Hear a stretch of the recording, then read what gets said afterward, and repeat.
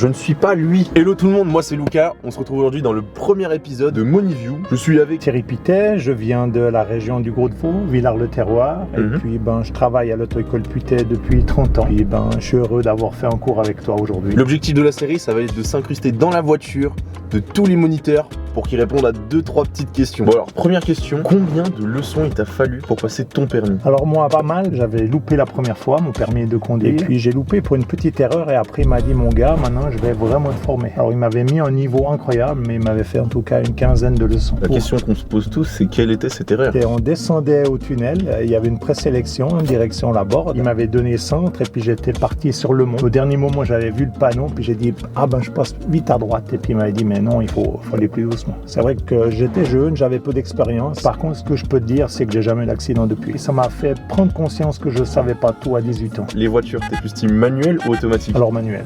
Manuel pour les sensations? Comprendre la mécanique et puis faire quelque chose derrière mon volant. J'aime conduire. C'est beau ça. Est-ce que pour l'examen final, on peut utiliser son propre véhicule? On a le droit. Après, c'est clair, un moniteur professionnel, moi, j'ai pas le droit d'aller à l'examen avec ta voiture privée. Le moniteur professionnel doit travailler avec des doubles pédales et avec des doubles rétroviseurs. Et quand tu vas avec ma voiture, c'est moi qui valide à l'expert que je t'ai formé. Tu as le droit d'aller avec ta voiture, mais moi, je peux pas venir avec toi. C'est le jour d'examen de ton élève et ton conducteur, ton chauffeur, c'est le mec de film Taxi. Okay. Tu lui donnes ou pas son permis? Alors, question technique, oui, mais question gentleman de la route, malheureusement pas.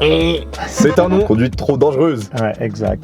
Non, c'est pas bien. Ne conduisez pas, on n'est pas dans Fast and Furious, les gars. Il y a des traits, il y a des lignes, c'est pas pour rien. Est-ce que quand tu te retrouves avec un élève pour la première fois sur la route, t'as quand même un peu peur ou ça se passe toujours très bien? Non, jamais peur. On est professionnel, j'ai les doubles pédales, je peux conduire depuis ma place, jamais eu peur. J'avoue que je me suis senti en sécurité parce qu'il avait pas peur et il savait ce qu'il faisait. Donc c'est lui qui m'a déstressé. Voilà, et c'est le boulot du bon moniteur, en plus de pas déranger le trafic, de mettre en place son élève pour pas déranger le trafic. C'est pour ça qu'on est bien avec des professionnels. Merci, dérange personne, t'abîmes pas ta voiture non plus. Des fois tu veux économiser 2000 balles de cours ou bien je sais pas, mais tu grilles ton embrayage, c'est 3000 déjà. Puis tu grilles aussi les nerfs à tes parents, etc. Si tu pars bien dans l'auto-école, tu gagnes de l'argent, la sécurité. Est-ce que tu as une technique secrète pour apprendre à gérer son stress pour un premier cours où c'est la panique totale? Alors la technique secrète, c'est de simplement aller dans le cognitif. Quand tu as peur, c'est quelque chose qui est affectif et puis parce que tu sais pas ce qui va t'arriver. Par contre, si tu es avec un professionnel qui va donner des outils, écoute, on fait ci puis dit que ça va pour on est là, la peur elle part. Pour toi,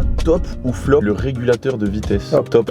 Faut savoir l'utiliser, mais top. Est-ce que tu penses qu'en Angleterre, il y a la priorité de gauche? Ouais, je pense que oui. Mais je pense que oui. Aux États-Unis, il y a les 4 stops. Moi, j'ai pas conduit en Angleterre, j'ai conduit en Australie, pas mal à gauche. Je pense qu'il y a la priorité de gauche. Flop pour le moniteur.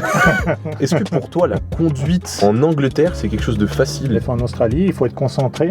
Après, tu t'adaptes très très rapidement. Est-ce que tu as un youtubeur à nous conseiller pour qu'on apprenne en fait vraiment déjà la route, comment ça fonctionne? Oui, alors j'ai un top, ouais, sur internet, tu peux aller sur YouTube, aller regarder C'est pas sorcier. Je tape C'est pas sorcier sécurité routière et je trouve quelque chose? Exact. Je vous propose d'aller voir ça directement. Est-ce que tu as un red flag le jour de l'examen? Oui, le jour de l'examen, le gros problème qu'on a, c'est avec les piétons. Parce que des fois, ils marchent au bord de la route et on ne sait pas s'il veut passer ou pas. Et puis la loi est très très claire. Dès qu'il montre l'intention s'il veut traverser, on doit s'arrêter. Et quand on est débutant, des fois, on arrive mal à évaluer s'il va passer ou pas. Oh les gars, moi c'est le petit tips du jour. Faites gaffe aux piétons le jour de l'examen, sinon c'est ciao. Ouais, c'est magnifique ça. Non, c'est parfait. Top. Trop cool.